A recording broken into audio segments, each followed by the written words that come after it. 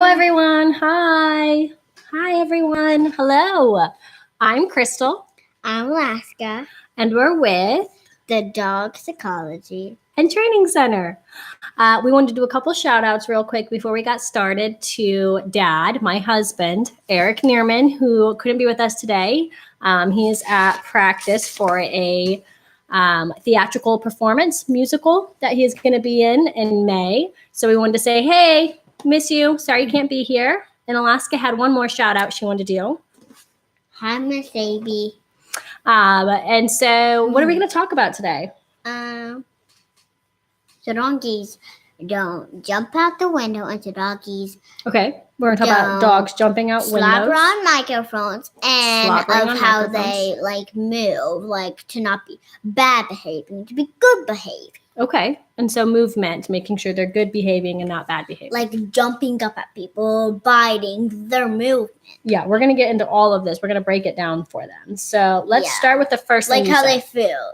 Eat, not like getting their paws and swiping it out. Use their mouth to just eat it, not doing this to swipe it out. No. We want them to eat normal. Like good dogs, not bad dogs. Mm-hmm. Do you think dogs try to be bad dogs? It's their choice of their body, so I guess. Yeah, but they say that dogs have the IQ or the intelligence or the smarts of a toddler, so like a 2-year-old, so not even as smart as Rain.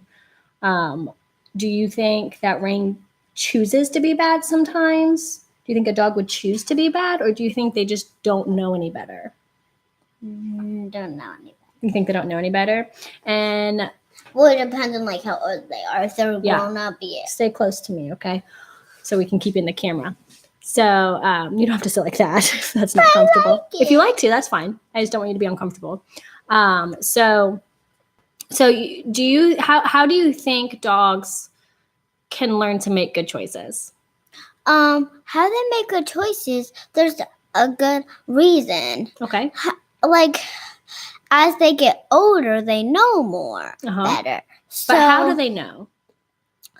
So people might teach them, or they might go to dog school. Yep, those are both good answers. So you are absolutely right that there's other dog school at somewhere else. This is kind of like one because we teach them how to be good, but yeah. You think there's another dog school? Yeah, ours is more personal, huh? Because they come and stay in our home. So it's kind of like we homeschool the dogs here at our home.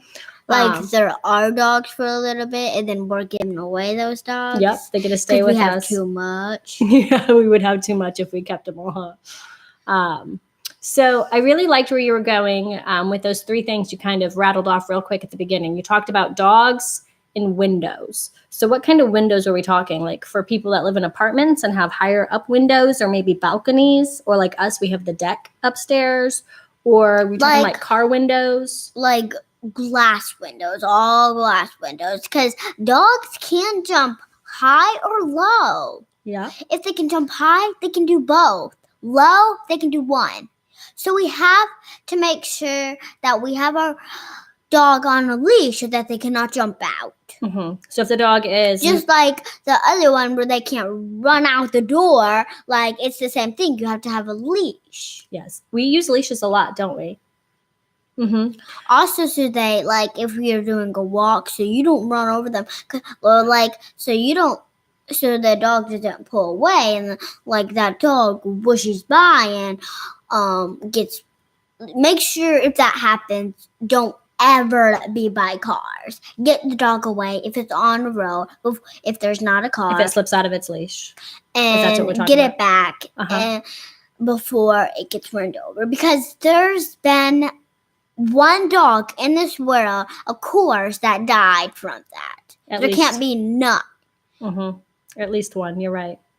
Mm-hmm. So if your dog gets off leash, run away from the cars to get your dog to follow you away from the cars.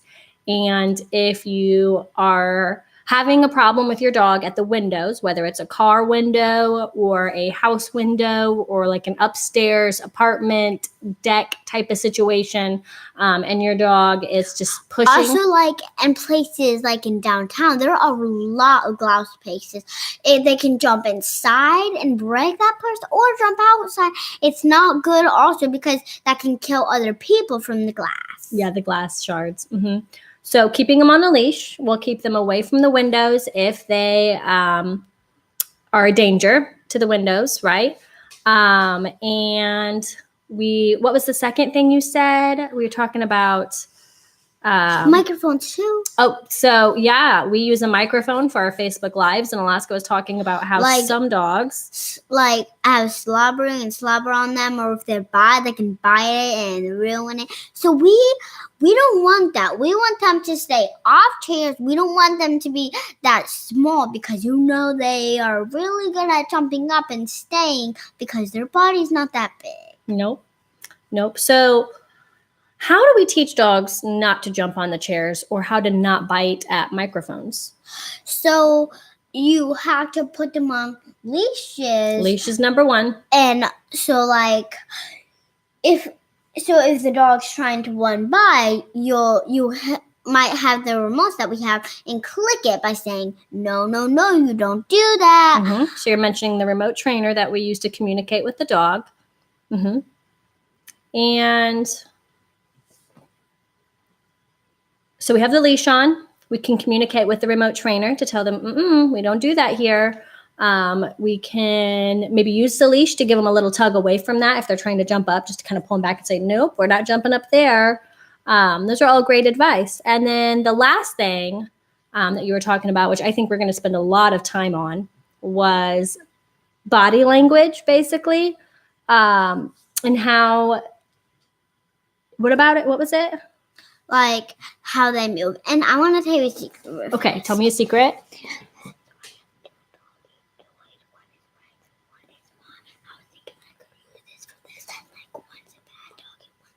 Sure. And like how dogs also communicate with each other. It's one bad and one good. So Alaska's going to go get some props for us. Go ahead. And I will keep us entertained for a second. So she's going to use these props to show, it's what I've always been talking about. I always say I need to have one of my kids' dog toys so I can actually show you what I'm talking about when I'm talking about body language and behavior and some of the communication signals other than verbal cues that dogs give us. So she's going to run and get some of hers real quick if she can find them because the other two might have hit them. You get them? Okay, good. She got them. I meant two, but I have three. Oh, she's got three now. So good. We'll all work together on this one. Yeah. All right. You can be some and I can be some. Okay. Do you want me to be the good dogs or the bad dogs? The naughty dogs. We shouldn't say bad dogs. They just make bad choices, and we have to help them make good choices. So there's only going to be two bad and one good. Okay. So give me the two bad. Is somebody coming up here? No, we have a private lesson appointment.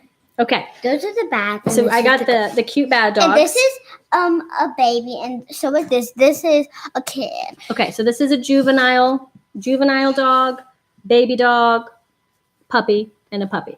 Yes? Okay, so what do you want me to do?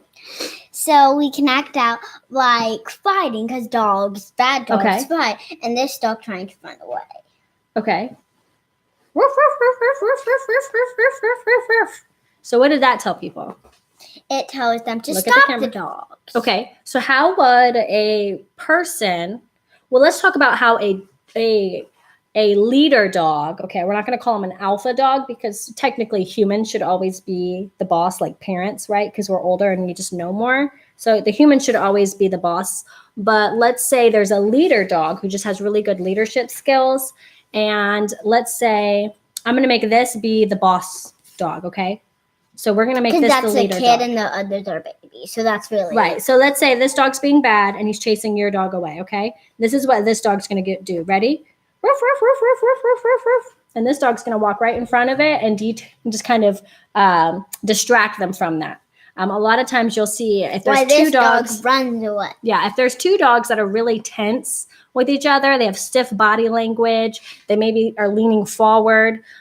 We had a pit bull Castor who was a great dog when he would read that kind of body language, and he would diffuse the situation by literally walking right between them. It broke those two dogs' eye contact from each other. It helped the other dogs kind of relax because they were so just focused on like, that dog's looking at me, that dog's looking at me, I'm going to look at him, I'm going to look back. And so they were just kind of building up this animosity between them. Cashter would just walk through it and it would diffuse the entire situation. So that's a good leadership. Also, somebody from Indiana, Noni, she has a lot of puppies and we like to hold them, but we have to make sure that they are not too wild. Yes. Because they can get a little wild and jump out and die. Well, it depends. If we drop them, if we're standing, that's why Noni always has you sit down and lets them crawl on your lap, because they are very fragile when they're that little. Plus, as they get older and they get to be this size or bigger and they get really squirmy in your hands, they'll try jumping out of your hands. And that's not good either. So we have to sit low on the ground, right, when we hold puppies and have an adult help us. Okay, so let's get back to body language. We also have to talk a little about her dogs because they kind of grow getting wild a little. They grow getting wild? I'm not sure. Maybe some, maybe not. Maybe some. Some get trained and some probably don't. And so they probably... Because they have so much. Right. Some maybe come to our house. Yes, they did sometimes. Mm-hmm. Okay, let's From focus. Noni? Mm-hmm. Well, we didn't keep them. She brought them to South Carolina because that's where the people lived who got them. Okay. So diffusing body language. Sorry, we're getting off on tangents. Having some good conversations, huh? Oh, dogs. Okay. What else do we want to talk about with these dogs? So, what do you think they need to know about their dog's body language, good choices and bad choices? So pretend that these have collars, right? Like this one has a red, this one has a pink, this one does not have a collar. No collar. So pretend that one was running towards and these ones had collared and they come like clicked and they did nothing wrong. It was an attack.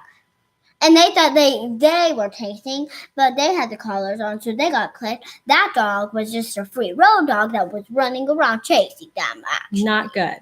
Dogs should always have collars on. Mm-hmm.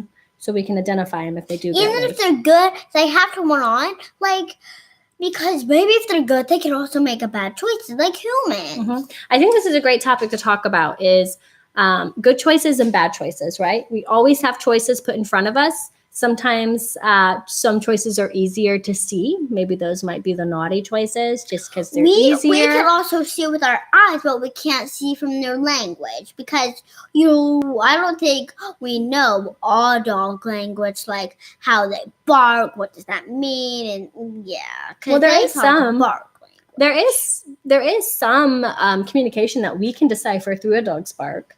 A low, girthy bark is usually a very intimidated. But we don't know how to arf back to them. Yeah, we don't know how to bark back, but we can communicate with our body language. And that's what I was just getting ready to talk about. So good choices and bad choices. And we're going to wrap up with this one. So if your dog is making a bad choice, what are some bad choices dogs can make? So jumping on stuff. Jumping. What else? Biting stuff. You just mentioned, try not to touch the microphone. What other one were you just mentioning? We also need these stuff on their face so they can because biting stuff they need muzzles. Yeah, I was going for barking, not biting, but yeah, dogs that bite do need muzzles. Until we can deem them safe. So when your dog's making bad choices, let's say jumping, what is a good choice your dog can make instead? A good choice that the dog can make about what? Jumping. Is like... Well, let's go back a step. Why do you think dogs jump on people? Because they might think they're going to hurt them. Because dogs because just like us, humans can get taken and killed as their kid or a baby. And so can dogs. They can get taken away from their families. Mm-hmm. So it's most important that they might think that, so they try to protect themselves because they want their family. Mm-hmm. That's one choice, one option. I think, though, that dogs, if they were afraid, they probably, instead of jumping on somebody, they'd probably run away because dogs are really fast. So if a dog's jumping on someone. Yeah, but cheetahs are much faster. Cheetahs are much faster. And it depends on where they live. If a cheetah lives there, they might just try to jump over that person because they know cheetahs can be close near if they live where cheetahs Where do cheetahs live? Africa or Asia? Africa. Yeah, I knew it was one of those. Yep, good job. So we're talking about jumping. Okay, most dogs who jump are happy. Because most, not all. So why do you think they jump? Maybe those dogs are like that because they're excited. Okay, because they're excited. And what do you think they want you to do, the human, when they're jumping on you? Maybe they want you to do something like maybe give them food, or maybe give them a treat, or maybe tell them a sign language like sit so they can give them a treat or something like that. Mm-hmm. Yeah, so you mentioned some sign language. We do a lot of hand signals with dogs, right? Yeah. To tell them what we're communicating. And what else? Oh, so some alternatives. So they're jumping for bossy behavior. Like you said, they're telling you to give me a treat or to... Like being bossy, like, you don't give me some food, you give me a treat. Like candy was like our treats. Mm-hmm. We did have a little piece of candy today. And then the other reason dogs jump is because they want us to... Pet them. Do you know that dogs are one of the few animals that need constant affection and love, like us humans? We need lots of love and affection. So dogs jumping to tell you they want you to pet them is actually sweet, but jumping is not the nicest way to get us to pet them, right? Yeah, and also, you know how this dog and like this dog has hair that's going up instead of curled on? This one has fur. So you see, like over here, there's not much fur. So they might want you to keep them warm. Mm-hmm. So, like Veronica's dog, her dog doesn't have any fur, so that dog really does need kind of warm. Mm-hmm. Yep, Veronica puts some sweaters on her dogs when it gets really cold.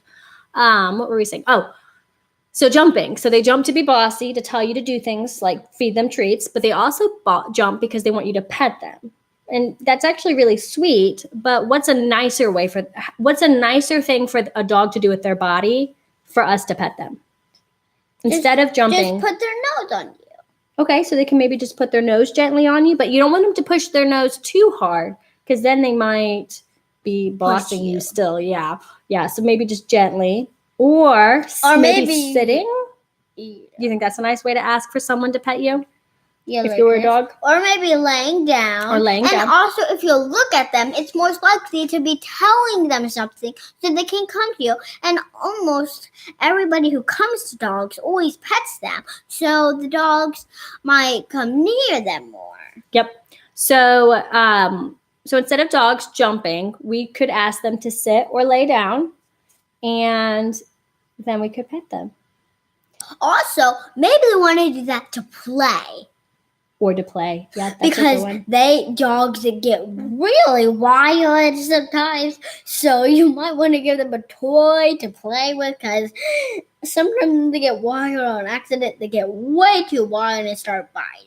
So. Yeah, they start mouthing on us people, which is another thing that we teach them here, is not to chew on us when they're excited. But some dogs need help getting wild, and that's a pretty big job because you know about mouthing, biting. Yep. That's why we have to have stuff to protect them from their mouths. Like put stuff on them. Maybe like I used to make stuff for Pepper because I'm a really good maker, but you could also use other stuff, like use the thing that I made, but you have to use a lot of those and put them in their mouth and they can't bite it, and then use string to wrap it around their head. Are you talking about making a muzzle for a dog? I don't know if that's a good idea. What if they accidentally eat some of it? We can... How about we just teach the dog not to bite and chew on things? Well, we'll muzzle dogs that are dangerous to people and other dogs. Like they're not playing and biting, like they're trying to be mean and bite.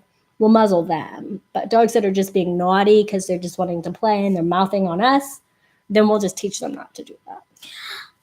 sometimes we'll put them on a leash and click the button by saying no, no, no. Yep. That's another way to teach them. It is another way to teach them. Good job. Well, I'm glad you can make Facebook Live with me again today. I know you wanted to do one more thing before we got off. So real quick, I'm going to let you discuss who you're going to be. Why did you pick? So Alaska's doing a wax museum at school tomorrow.